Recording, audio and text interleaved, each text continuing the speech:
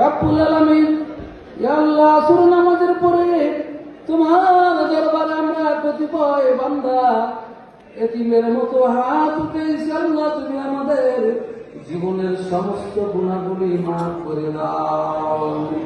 রব্বুল আলামিন, আমাদের মা বাবার কবর আযাব মাফ করে দাও। বের হয়েছে সোশ্যাল মিডিয়াতে, তো তার অনেক ইনফ্লুয়েন্স ছিল। এখন সোশ্যাল মিডিয়া নিয়ে এই আমাদের আগামী নির্বাচনে সোশ্যাল মিডিয়া কতটুকু গুরুত্বপূর্ণ ভূমিকা পালন করতে পারে সে ব্যাপারে সংক্ষিপ্ত বক্তব্য নিয়ে আসছেন Bafel Ahmed Aritra, central coordinator BNP grassroot network. আকৃষ্ট করার মতো কোনো বার্তা না থাকে এবং ভোটাররা কি চায় তার ধারণা না থাকে, এই প্রচার অভিযান সারাদিন চিল্লাইলেও কোনো লাভ আসবে না। দুই হচ্ছে বার্তা আছে, ভোটাররা কি চায় তার ধারণাও আছে, কিন্তু প্রচারণার উপযুক্ত পরিকল্পনা নেই। মানে আমি অনেক সুন্দর সুন্দর ডিজাইন সাজাইলাম, কিন্তু কিভাবে কি করব সেটার ডিজাইন বিস্তারিত নাই। তিন হচ্ছে যে উপরে সব থাকলো কিন্তু বাস্তবায়নে যথার্থ পদক্ষেপ বা পরিশ্রম থাকলো না।